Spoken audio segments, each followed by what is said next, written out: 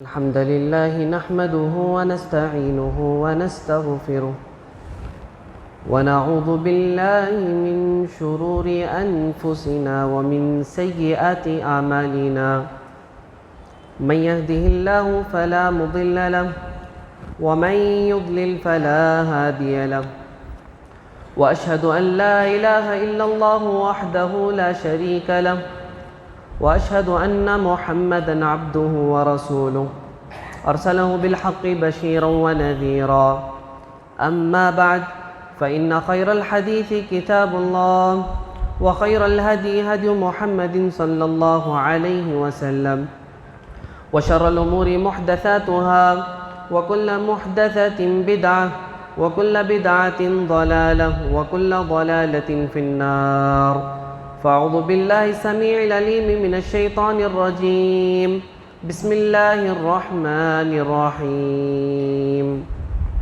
يا أيها الناس اتقوا ربكم الذي خلقكم من نفس واحدة وخلق منها زوجها وبث منهما رجالا كثيرا ونساء واتقوا الله الذي تساءلون به والأرحام إن الله كان عليكم رقيبا يا أيها الذين آمنوا اتقوا الله حق تقاته ولا تموتن إلا وأنتم مسلمون يا أيها الذين آمنوا اتقوا الله وقولوا قولا سديدا يصلح لكم أعمالكم ويغفر لكم ذنوبكم ومن يطع الله ورسوله فقد فاز فوزا عظيما وقال تبارك وتعالى أيضا وَإِذَا قِيلَ لَهُمْ آمِنُوا كَمَا آمَنَ النَّاسُ قَالُوا أَنُؤْمِنُ كَمَا آمَنَ السُّفَهَاءُ أَلَا إِنَّهُمْ هُمُ السُّفَهَاءُ وَلَكِنْ لَا يَعْلَمُونَ۔ قابل احترام بزرگان دین، ملت اسلامیہ کے نوجوانوں، پردہ نشین خواتین اسلام، حاضرین جمعہ، اولاً اللہ رب العالمین کا بے انتہا شکر و احسان ہے کہ اس نے مجھے اور آپ کو سب سے پہلے تو دین اسلام پر قائم رکھا اور اسی پر عمل کرنے کی توفیق عطا فرمائی۔ ثانیاً درود و سلام ہو نبی آخر الزمان محمد مصطفیٰ صلی اللہ علیہ وسلم پر، جن کو اللہ تبارک و تعالیٰ نے خالص میرے اور آپ کے لیے ایک کمپلیٹ آئیڈیل بنا کر مبعوث کیا، بھیجا، تاکہ میں اور آپ صرف اور صرف آخری نبی محمد مصطفیٰ صلی اللہ علیہ وسلم کو فالو کر کے دنیا تو سنوار ہی سکتے ہیں اور آسانی کے ساتھ اپنی آخرت بھی سنوار لے سکتے ہیں۔ اور یہی آئیڈیل کے طور پر جو آپ صلی اللہ علیہ وسلم کو اللہ تبارک و تعالیٰ نے بھیجا، پیارے نبی صلی اللہ علیہ وسلم نے اپنا طریقہ صحابہ کو سکھلایا، اور یہ صحابہ اکرام تھے جن کی محنتوں سے، جن کی کوششوں سے اسلام آگے بڑھا، تابعین، تبع تابعین، اس کے بعد علماء اکرام، یہ سلسلہ جاری رہا اور آج تک یہ علماء اکرام کی جانب سے ہم تک دین اسلام کا پیغام پہنچ رہا ہے اور ہم حاصل کر رہے ہیں۔ اللہ کا بے انتہا شکر و احسان ہے۔ اب سوال یہ پیدا ہوتا ہے کہ پیارے نبی صلی اللہ علیہ وسلم جانے کے بعد فالو کس کو کریں، کس کو ہم وہ مقام دیں جو اصل مقام کے قابل ہے؟ تو میرے اور آپ کی زبان پر ایک ہی الفاظ آتے ہیں، صحابہ اکرام، جن کو اللہ تبارک و تعالیٰ نے ایک ایسا ٹائٹل دیا ہے، رضی اللہ عنہم ورضوا عنہ۔ سبحان اللہ، کیا معنی اس کا؟ اللہ تبارک و تعالیٰ نے کہا کہ میں ان سے راضی ہو چکا ہوں اور یہ مجھ سے راضی ہو چکے ہیں۔ کسی کو اللہ تبارک و تعالیٰ نے کسی سے نہیں کہا ایسا، صرف وہ صحابہ اکرام ہیں آپ صلی اللہ علیہ وسلم کے، جن کو اللہ تبارک و تعالیٰ نے یہ ٹائٹل سے نوازا اور قرآن مجید میں منشن کر دیا قیامت تک کے لیے۔ سبحان اللہ، تو آپ اندازہ لگائیں کہ صحابہ اکرام کی کتنی فضیلت تھی، کتنا مقام تھا ان کا۔ رضی اللہ عنہم ورضوا عنہ، اللہ تبارک و تعالیٰ نے صرف یہ نہیں کہا کہ میں ان سے راضی ہو گیا، اللہ تبارک و تعالیٰ نے یہ بھی کہا کہ وہ مجھ سے راضی ہو گئے. سبحان اللہ. تو آپ امیجن کریں کہ یار صحابہ اکرام کا مقام کتنا بلند تھا. اور صحابہ اکرام میں سے بھی سب سے بلند مقام جو سٹیج پر آتے ہیں وہ ہیں ابو بکر صدیق رضی اللہ عنہ. آج کے جو جنریشن چل رہا ہے، آج اسکول و کالجز میں ہم اپنے بچوں کو بڑی زور و شور سے پڑھا دیتے ہیں، انٹرنیشنل اسکولس میں ہم ایڈمیشنز کروا دیتے ہیں، اور یہ بھی ہمارے بچوں کو معلوم ہوتا ہے کہ the first prime minister of India کون ہوتا ہے. فخر سے کہتے ہیں کہ جواہر لال نہرو، لیکن کبھی ہمارے بچوں کو یہ معلوم نہیں کہ اسلام کا پہلا خلیفہ کون ہے. ہاں اکا دکا بچے جو مدرسے میں تعلیم حاصل کر رہے ہیں ان کو معلوم ہے، لیکن اکثر بچے جو آج کے جنریشن ہے، یوتھ بھی کہہ لو آپ، ینگسٹرز کہہ لو آپ، ان کو نہیں معلوم کہ اسلام کا پہلا خلیفہ کون ہے. تو آج کا جو خطبہ ہے، آج اسی پہلا خلیفہ جو اسلام کا منتخب کیا گیا تھا، سبحان اللہ، آج ان کے بارے میں ہم جاننے کی کوشش کریں گے. سبحان اللہ. اسلام کے سب سے پہلے خلیفہ جو آپ صلی اللہ علیہ وسلم کے بعد دین اسلام کو آگے بڑھائے اور سنبھالا، صحابہ اکرام کو سنبھالا کہ دیکھو اسلام کو اب آگے بڑھانے کا طریقہ کیا ہے، تو وہ ہیں ابو بکر صدیق رضی اللہ عنہ. ابو بکر صدیق رضی اللہ عنہ ایک ایسے صحابی ہیں، سبحان اللہ، پیارے نبی صلی اللہ علیہ وسلم نے فرمایا افضل البشر، سمجھتے ہیں آپ، دنیا کے جتنے لوگ ہیں سب سے افضل انسان کن کے بعد؟ نبی، رسول، انبیاء کے بعد سب سے افضل انسان اس دنیا میں قیامت تک کے لوگوں تک سب سے افضل انسان ابو بکر صدیق رضی اللہ عنہ. حالانکہ عمر رضی اللہ عنہ کے تعلق سے بھی آیا ہے لو کان بعدی نبیا لکان عمر، اگر آپ صلی اللہ علیہ وسلم کے بعد کوئی نبی ہوتا تو عمر ہوتا. اتنی بڑی فضیلت عمر رضی اللہ عنہ کے ہونے کے باوجود بھی یہاں پہ کیا بتایا جا رہا ہے؟ دنیا میں سب سے افضل انسان اگر انبیاء کے بعد کوئی ہو سکتے ہیں تو ابو بکر صدیق رضی اللہ عنہ. تو سوچیں کہ ابو بکر صدیق رضی اللہ عنہ کی کوالٹی کیا تھی، سبحان اللہ، کیا تھا کوالٹی ان کی. آگے میں ان کے اور کوالٹیز میں بیان کروں گا، اس سے پہلے ان کے بیسک نالج ان کے بارے میں ہم حاصل کرتے ہیں. ابو بکر صدیق رضی اللہ عنہ کا اصل نام عبداللہ تھا. زمانے جاہلیت میں ابو بکر صدیق رضی اللہ عنہ کو عبد الکعبہ کر کے بیان کرتے تھے، بلاتے تھے عبد الکعبہ، یعنی کعبے کا بندہ.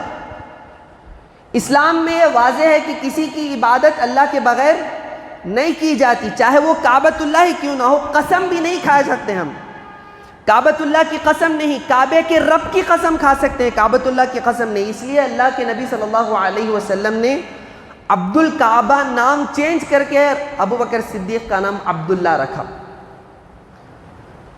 اور ابو بکر صدیق رضی اللہ عنہ کے والد، سبحان اللہ، یہ ابو بکر صدیق رضی اللہ عنہ کی فیملی، یہ خاندان ایسا خاندان تھا، 3 جنریشن ایک ساتھ اسلام قبول کیے انہوں نے. یعنی ابو بکر صدیق رضی اللہ عنہ کے والد، خود ابو بکر صدیق رضی اللہ عنہ اور ابو بکر صدیق رضی اللہ عنہ کی اولاد، یہ ایک ایسا خاندان تھا جو 3 جنریشن جن کا ایک ہی وقت میں اسلام قبول کیا تھا. ریئر ایسے ہیں جو دیگر صحابہ اکرام کے خاندان نے اسلام قبول کیا، لیکن ابو بکر صدیق رضی اللہ عنہ کا خاندان ایسے تھا جو 3 جنریشن ایک ہی وقت میں اسلام قبول کیے تھے.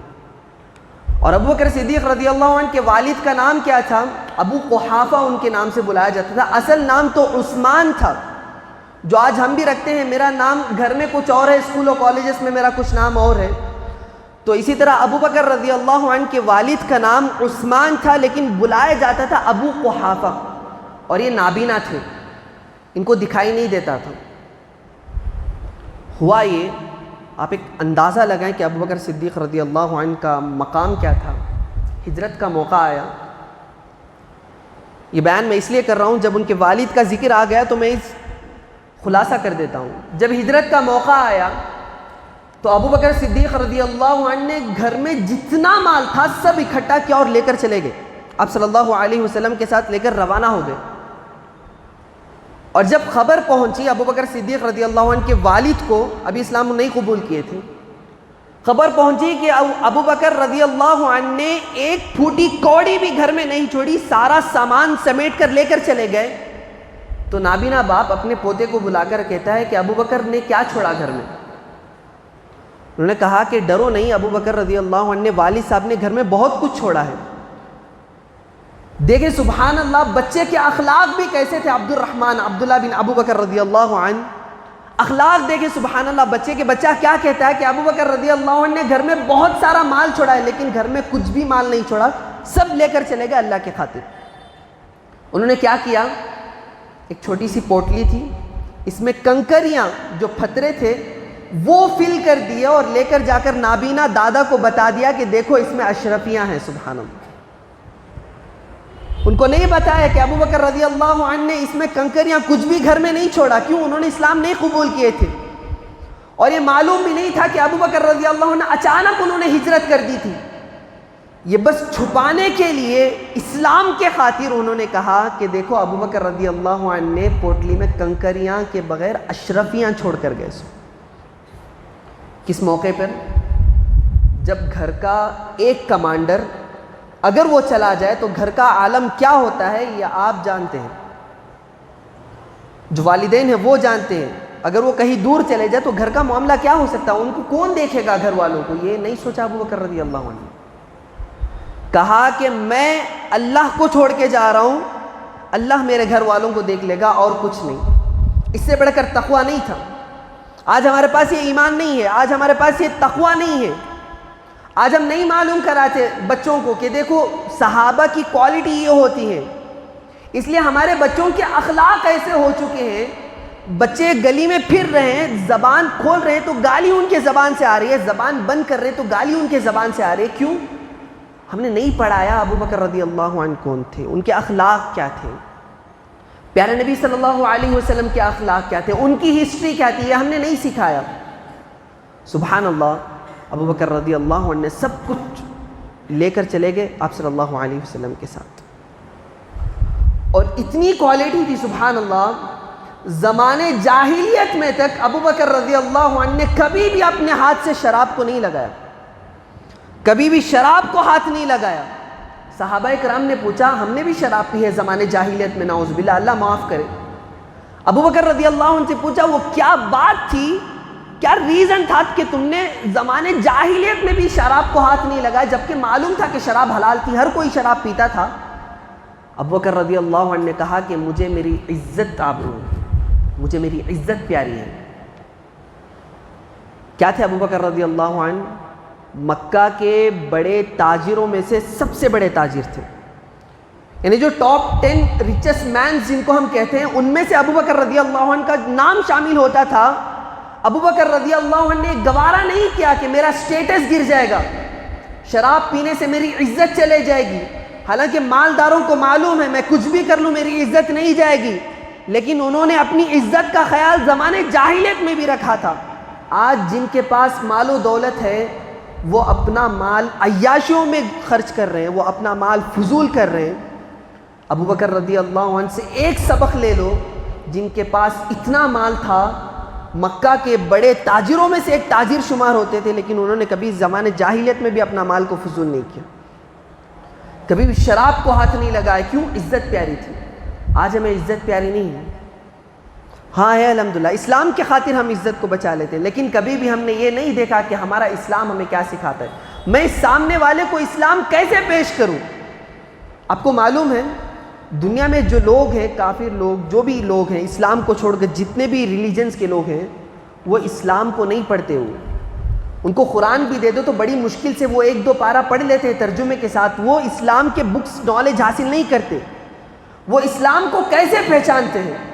وہ مجھے اور آپ کو دیکھ کر اسلام پہچانتے ہیں، وہ مجھے اور آپ کو دیکھ کر اندازہ لگاتے ہیں کہ اسلام کیا ہے، اسلام اصل ہے کیا، وہ مجھے اور آپ کو دیکھ کر اندازہ لگاتے ہیں۔ اس لیے آج ان کو معلوم ہے کہ اسلام ایک ایسا مذہب ہے جو لڑائی کو پروموٹ کرتا ہے، جو گالی گلوچ کو پروموٹ کرتا ہے، جو لیس کیریکٹرز کو پروموٹ کرتا ہے۔ کیوں؟ آج ہمارے وہ کیریکٹر بن چکے ہیں، آج وہ ہمیں دیکھ کر اسلام کو جانچ رہا ہے، اسلام کو ناپ تول کر رہا ہے، جبکہ ابو بکر رضی اللہ عنہ پر قربان جاؤ سبحان اللہ، جب ہر کہیں مسلمان جب ہو رہے تھے سب کو گالیاں دے رہے تھے، یہاں تک کہ پیارے نبی صلی اللہ علیہ وسلم کو بھی نہیں چھوڑا۔ کیا کچھ کہا انہوں نے، پاگل کہا، نعوذ باللہ، کیا کچھ کہا۔ ابو بکر رضی اللہ عنہ جب یہ امیجن کر لیے کہ مجھے یہاں پہ رہ کر اللہ کی عبادت کرنے کا موقع مجھے نہیں ملے گا، میں یہ مکہ شہر چھوڑ کر میں ایسے شہر کو چلے جاؤں گا جہاں پہ میں خالص اللہ کی عبادت کر سکوں، وہ بھی فریڈم کے ساتھ۔ صحابہ کرام ہجرت کر رہے تھے اور ابو بکر رضی اللہ عنہ نے بھی طے کر لیا کہ میں بھی ہجرت کر لوں گا۔ مکہ کے بڑے سرداروں میں سے ایک سردار تھا جس کا نام ابن دغنہ تھا، نام یاد رکھیں آپ، ابن دغنہ نام تھا۔ جیسے اس کو خبر پہنچی کہ ابو بکر رضی اللہ عنہ جیسی شخصیت ہجرت کر رہی ہے، دوڑ کر آ گیا، دوڑ کر آ گیا اور آ کر ابو بکر رضی اللہ عنہ کا ہاتھ پکڑ لیا اور کہنے لگا کہ مثلک، اے ابو بکر تمہاری طرح انسان لا یخرج ولا یخرج، نہ نکل سکتا ہے نہ نکالا جا سکتا ہے مکے سے۔ سبحان اللہ۔ کیا تھے وہ؟ اخلاق تھے، کیریکٹر تھے۔ اس کو معلوم ہو گیا کہ اگر ابو بکر مکہ شہر چھوڑ کر چلے جائیں گے تو مکہ کی عزت چلے جائے گی، مکہ کا مال چلا جائے گا، مکہ کے اخلاق چلے جائیں گے۔ سبحان اللہ۔ اس لیے ابن دغنہ نے کہا کہ مثلک، ابو بکر تمہاری طرح کوالٹی کا انسان نہ مکہ شہر چھوڑ کر جا سکتا ہے، نہ مکہ کے لوگ تمہیں نکال سکتے ہیں، میں تمہیں پناہ دوں گا۔ اجے کوئی ہمارے دشمنوں میں سے جو ہمیں کہے کہ ہم تمہیں پناہ دیں گے؟ کیوں؟ انہوں نے نہیں جانا کہ اسلام اصل ہے کیا، انہوں نے اسلام جانا ہمیں دیکھ کر، اور جانا بھی تو ایسے جانا کہ وہ اپنی دشمنی کو دن بدن بڑھا رہے ہیں، وہ ہمیں دیکھ کر کہ اسلام یہ بتا رہا ہے، اسلام یہ پیغام دے رہا ہے، اسلام ایسے اخلاق سکھا رہا ہے۔ اسلام تو کافروں کے ساتھ اچھے اخلاق سکھاتا ہے۔ سبحان اللہ۔ سلام کو عام کرو، کافروں کو بھی کبھی سلام صحیح درستگی سے، اگر آپ کافر بھی سلام دے دیں تو سلام کا جواب دے سکتے ہیں۔ میرے استاد ہیں عبداللہ جولم حفظہ اللہ، شیخ الحدیث ہیں، انہوں نے بخاری پڑھاتے ہوئے مجھے بیان کی، میں ریفرنس کے ساتھ آپ کو بتا رہا ہوں، کافر بھی اگر صحیح سلام کرے السلام علیکم صحیح ٹرانسلیشن کے ساتھ تو اس کو بھی آپ جواب دے سکتے ہیں۔ کیوں؟ اس کو معلوم ہو کہ اسلام کتنی سلامتی کو پھیلا رہا ہے۔ سبحان اللہ۔ اسلام سلامتی کو عام کرتا ہے، سلامتی کو پروموٹ کرتا ہے، اور اس کو جب ریئلائز ہو جائے گا کہ سبحان اللہ یہ مجھے سلام کا جواب اتنے اچھے الفاظ سے دے رہا ہے، تو اس کا دل اسی وقت پگھل کے وہ اسلام قبول کر لے گا انشاءاللہ۔ بس سلام کا جواب اسلام کی قبولیت کا باعث بن جائے گا، تو آپ اندازہ لگائیں کہ آپ اسلام کو کتنا پروموٹ کر سکتے ہیں۔ سبحان اللہ، اللہ اکبر۔ یہ اسلام ہمیں ایسے اخلاق سکھاتا ہے، اسلام ہمیں ایسے کیریکٹر سکھاتا ہے۔ سبحان اللہ۔ تو میرے بھائیو، ابو بکر رضی اللہ عنہ اسلام جب قبول کیے تھے، سارے مکے میں یہ عام ہو گیا تھا کہ پیارے نبی صلی اللہ علیہ وسلم یہ دعویٰ کر رہے ہیں نعوذ باللہ کہ اللہ تبارک و تعالیٰ کی جانب سے نبی بنا کر بھیجیں، ان کے علاوہ اور کوئی نہیں، سارے بت جتنے بت ہیں مکے میں وہ سب باطل ہیں، بس اللہ کی عبادت کرنا ہے۔ یہ سارے مکے میں ٹام ٹام ہو چکا تھا، اور جب یہ بات ابو بکر صدیق کے پاس پہنچی، آپ یہ بات یاد رکھ لیں، آپ صلی اللہ علیہ وسلم خود سے جا کر ابو بکر کو نہیں بتا کہ اسلام قبول کرو، ابو بکر دوڑے چلے آئے اور آ کر کہنے لگے، بچپن کی یاری تھی، بچپن کے دوست تھے ابو بکر رضی اللہ عنہ، آپ صلی اللہ علیہ وسلم کے بس 2.5 سال کا فاصلہ تھا۔ عام الحزن جس کو کہتے ہیں ہم، جو لشکر آیا تھا ہاتھیوں کا کعبۃ اللہ کو گرانے کے لیے، اور جب اللہ تبارک و تعالیٰ نے ابابیل کا لشکر بھیجا کہ جو کنکریاں برساؤ اور ان کو ہلاک کر دو، کیوں؟ اس ٹائم کے لوگوں کو یہ تقویٰ تھا، یہ ایمان تھا کہ اگر میری کچھ ابھی مدد کر سکتا ہے تو وہ اللہ رب العالمین کی ذات مدد کر سکتا ہے۔ ادھر جگہ مسلمانوں پر پرابلمس آ رہے ہیں، پریشانی آ رہی، ظلم آ رہا ہے، ویڈیوز دیکھ رہے ہیں، اللہ تبارک و تعالیٰ کی مدد کیوں نہیں آ رہی؟ ہو سکتا تو اللہ تبارک و تعالیٰ ابابیل کو بھیج سکتا تھا، کیوں نہیں بھیج رہا؟ وہ ایمان نہیں ہے ہمارے پاس، جو اس جنریشن میں جو اس لوگوں کا ایمان ہوا کرتا تھا، جبکہ اللہ تبارک و تعالیٰ نے وہ ایمان کو دیکھ کر ابابیل کا لشکر بھیج دیا۔ کیا آج ہمارا وہ ایمان آ جائے تو آج اللہ تبارک و تعالیٰ وہ قادر نہیں ہے کہ ابابیل کا لشکر پھر سے بھیج سکے؟ سبحان اللہ، پھر سے اللہ تبارک و تعالیٰ وہ لشکر بھیج سکتا ہے، شرط کیا ہے؟ وہ ایمان میرے اندر آپ کے آ جائیں، صحابہ اکرام کا ایمان کی کوالٹی وہ میرے اندر آپ کے آ جائے پھر سے. تو ابوبکر صدیق رضی اللہ عنہ گئے آپ صلی اللہ علیہ وسلم کے پاس. عام الحزن میں آپ صلی اللہ علیہ وسلم کی پیدائش ہوئی جب ابابیل کا لشکر آیا. ٹھیک عام الحزن سے 2.5 سال بعد ابوبکر صدیق رضی اللہ عنہ کی پیدائش ہوئی. معلوم کیا ہوا کہ ابوبکر صدیق رضی اللہ عنہ اور آپ صلی اللہ علیہ وسلم 2.5 سال کے چھوٹے بڑے تھے اور بچپن کی گہری یاری تھی, بچپن کی دوستی تھی. تو دوستی کو دیکھ کر ابوبکر رضی اللہ عنہ چلے گئے آپ صلی اللہ علیہ وسلم کے پاس اور کہنے لگے, اے محمد, کیا تم سچ میں ہمارے معبودوں کو باطل کہتے ہو؟ کیا تم سچ میں کہتے ہو کہ ہمارے معبود باطل ہے؟ جو ہمارے باپ دادا جن کی عبادت کرتے تھے آج تک, تم ان کو آج باطل کہہ رہے ہو؟ پیارے نبی صلی اللہ علیہ وسلم نے بس ایک ہی الفاظ کہے کہ ابو بکر, اللہ تبارک و تعالیٰ واحد رب ہے اور مجھے اللہ تبارک و تعالیٰ نے نبی بنا کر بھیجا. اسی وقت صرف ایک جملہ سننا تھا کہ ابو بکر رضی اللہ عنہ نے اسلام قبول کر لیا. سبحان اللہ. یہ تھے ابو بکر صدیق کی کوالٹی. سمعنا واطعنا جو ہم سنتے ہیں صحابہ اکرام کی کوالٹی, سنتے نہیں تھے بس عمل کر لیتے تھے. سننے کی دیری تھی بس عمل کر لیے. سبحان اللہ. بس سنا کہ پیارے نبی صلی اللہ علیہ وسلم آخری نبی بنا کر بھیجے گئے اور کہا کہ میں ایمان لاتا ہوں تم پر اے محمد. سبحان اللہ. یہ پیارے نبی صلی اللہ علیہ وسلم کے اخلاق تھے جو ابو بکر رضی اللہ عنہ کے پاس ہیں. بچپن کے دوست. اس لیے دوستی بھی ایسی کرو کہ ہمیشہ آپ کو اللہ سے کنیکٹ رکھے, ہمیشہ آپ کو مسجد کی پہلی صف میں ملا کر رکھیں. ایسی دوستی کرو, ایسے دوستوں کو بناؤ. ایسے دوستوں کو مت بناؤ جو آپ کو ہمیشہ دن بدن تھیٹروں کے نزدیک کریں, جو آپ کو دن بدن دوست ہوٹلوں سے نزدیک کریں, جو آپ کو دن بدن دوست ایسے فضول کاموں میں مشغول کر دیں جس سے آپ کی دنیا بھی برباد ہو رہی, آخرت بھی برباد ہو رہی. دوستی ایسی نہیں, دوستی ایسی کرو. دوست بھی ہر ہمیشہ ایسا ہونا چاہیے ایک ایک سیکنڈ بھی وہ دوست کو اگر دیکھو بھی تو تمہیں تمہارا رب یاد آئے, تو تمہارا پروردگار تمہیں یاد ہے, تاکہ میرا اور آپ کا ایمان تازہ ہوتے جائے, دن بدن تازہ ہوتے جائے. سبحان اللہ. تو ایسی دوستی ہونی چاہیے. سبحان اللہ. ابو بکر صدیق رضی اللہ عنہ جب ہجرت کا موقع آ گیا, یہ تو ہو گیا ابن دغنہ نے پناہ دے دی تھی, واپس چلے آئے ابو بکر صدیق رضی اللہ عنہ ابن دغنہ کی پناہ میں. اور جب اصل آپ صلی اللہ علیہ وسلم کے ساتھ ہجرت کرنے کا موقع آیا تو ابو بکر صدیق رضی اللہ عنہ نے یہ پلاننگ دی کہ اے محمد صلی اللہ علیہ وسلم, ہم ڈائریکٹ مدینے کو ہجرت نہیں کریں گے بلکہ اپوزٹ ڈائریکشن میں ہجرت کر کے غار ثور میں پناہ لیں گے. کافروں کو معلوم ہی نہیں ہوگا کہ یہ مدینے کو گئے ہیں. ہر طرف ہنگامہ مچ گیا تھا کہ دیکھو محمد اور ابو بکر رضی اللہ عنہ نے مدینے کو ہجرت کی ہے, جا کر دیکھو مدینے کی طرف اور جہاں پہ بھی یہ ملے ان کو قتل کر دو. ابو بکر رضی اللہ عنہ کی پلاننگ دیکھو, انہوں نے کہا کہ ہم یہ کرتے ہیں, مدینے کی اپوزٹ ڈائریکشن جو غار ثور تھا ہم وہاں پہ چلے جاتے ہیں, لوگ نہیں ڈھونڈیں گے ہمیں. وہاں پہ جا کر پناہ لیے. 3 دن تھے. جا کر دیکھا غار, پوری غار خالی تھی اور دیکھا کہ غار میں بہت سارے ہولز تھے. ابو بکر صدیق رضی اللہ عنہ نے سارے ہولوں کو کور کیا, کمپلیٹ کیا. ایک روزن بچ گیا, ایک ہول بچ گیا, اور ابو بکر صدیق رضی اللہ عنہ نے اپنا پیر اس روزن سے موچا اور آپ صلی اللہ علیہ وسلم کو اندر بلایا. کیا ہے اللہ کے نبی آپ صلی اللہ علیہ وسلم, تاکہ آپ صلی اللہ علیہ وسلم کو کسی چیز کی تکلیف نہ ہو.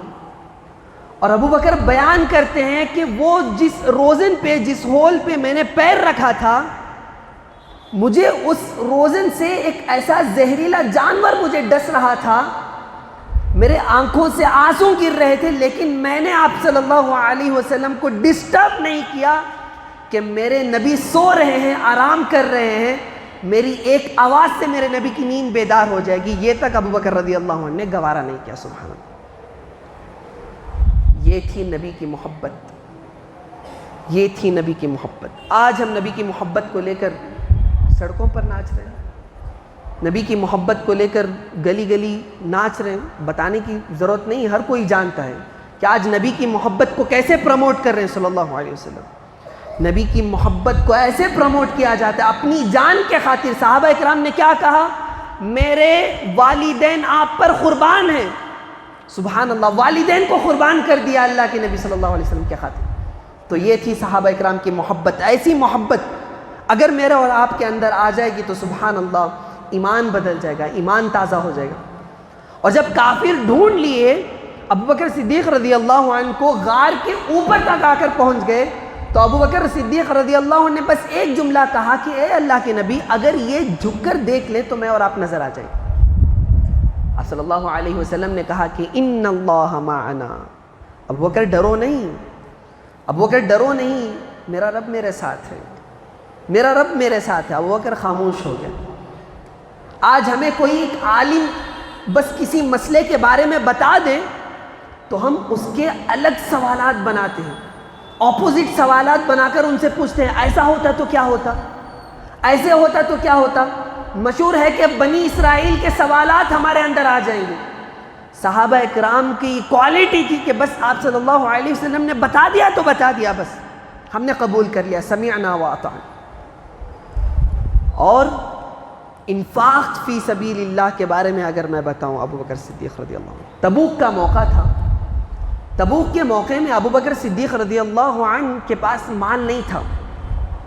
اس موقع پر عمر رضی اللہ عنہ ایسے تھوڑے مالدار ہو گئے تھے، ہمیشہ عمر رضی اللہ عنہ اور ابوبکر رضی اللہ عنہ کے درمیان کمپٹیشن لگا رہتا تھا۔ کس میں کمپٹیشن؟ نیکیوں میں آگے بڑھ جاؤں، آج مجھے موقع ملے میں ابوبکر کے آگے بڑھ جاؤں رضی اللہ عنہ۔ یہ عمر رضی اللہ عنہ کا کمپٹیشن تھا۔ ہمارا کب کمپٹیشن ہے گا کہ میں پہلی صف میں نماز پڑھوں؟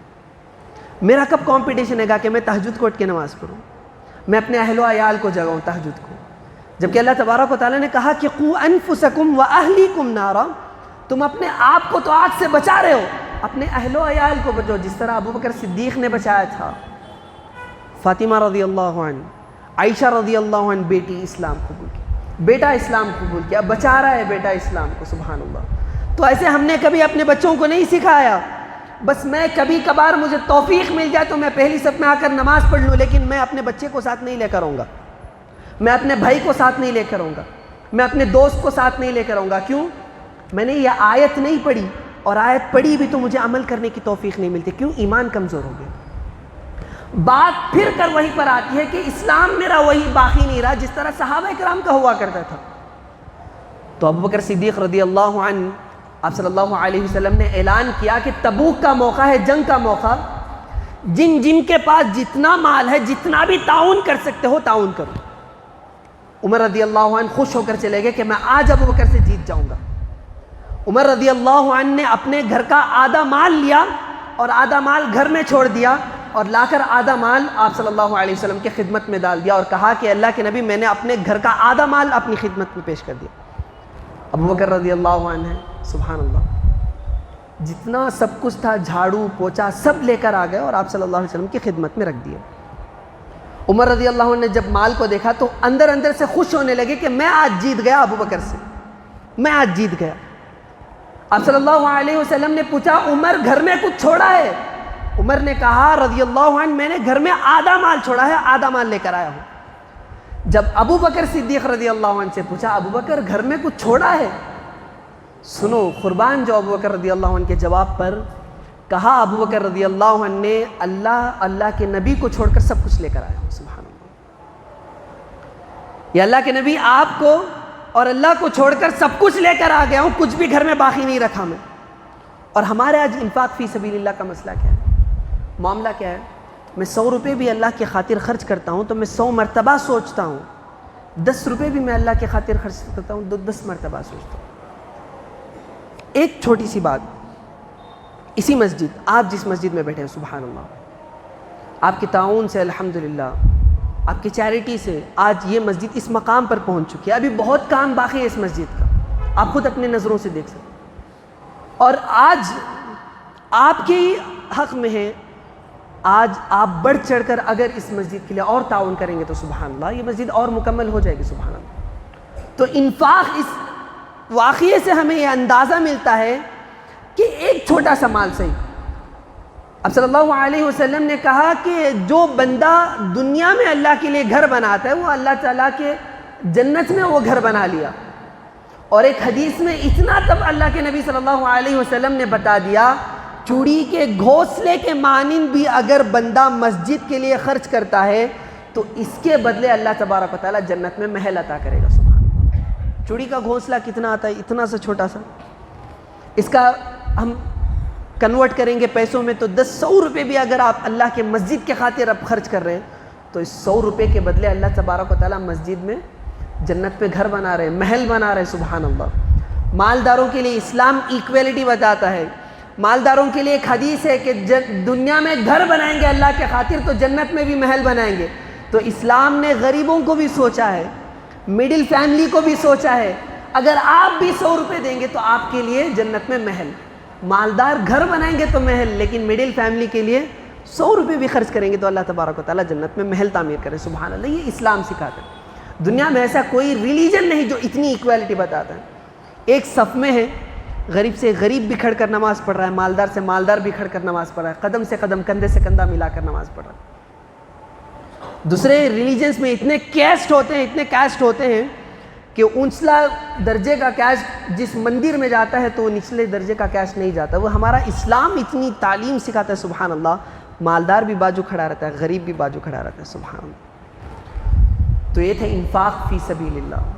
ایسا مال خرچ کرو کہ اللہ تبارک و تعالیٰ اتنا پسند کر لیں آپ کے عمل اور میرے عمل کو کہ اللہ تبارک و تعالیٰ فوراً کہے کہ میں اس بندے سے راضی ہو چکا ہوں، میں اس بندے سے راضی ہو چکا ہوں، اس کی مغفرت کر دو، سبحان اللہ۔ یہ ہوتے ہیں اخلاق۔ تو ابوبکر صدیق رضی اللہ عنہ ہی نہیں، جتنے صحابہ کرام تھے، یہ آج کی جنریشن میں ہم اپنے بچوں کو سکھانے کی بے حد ضرورت ہے۔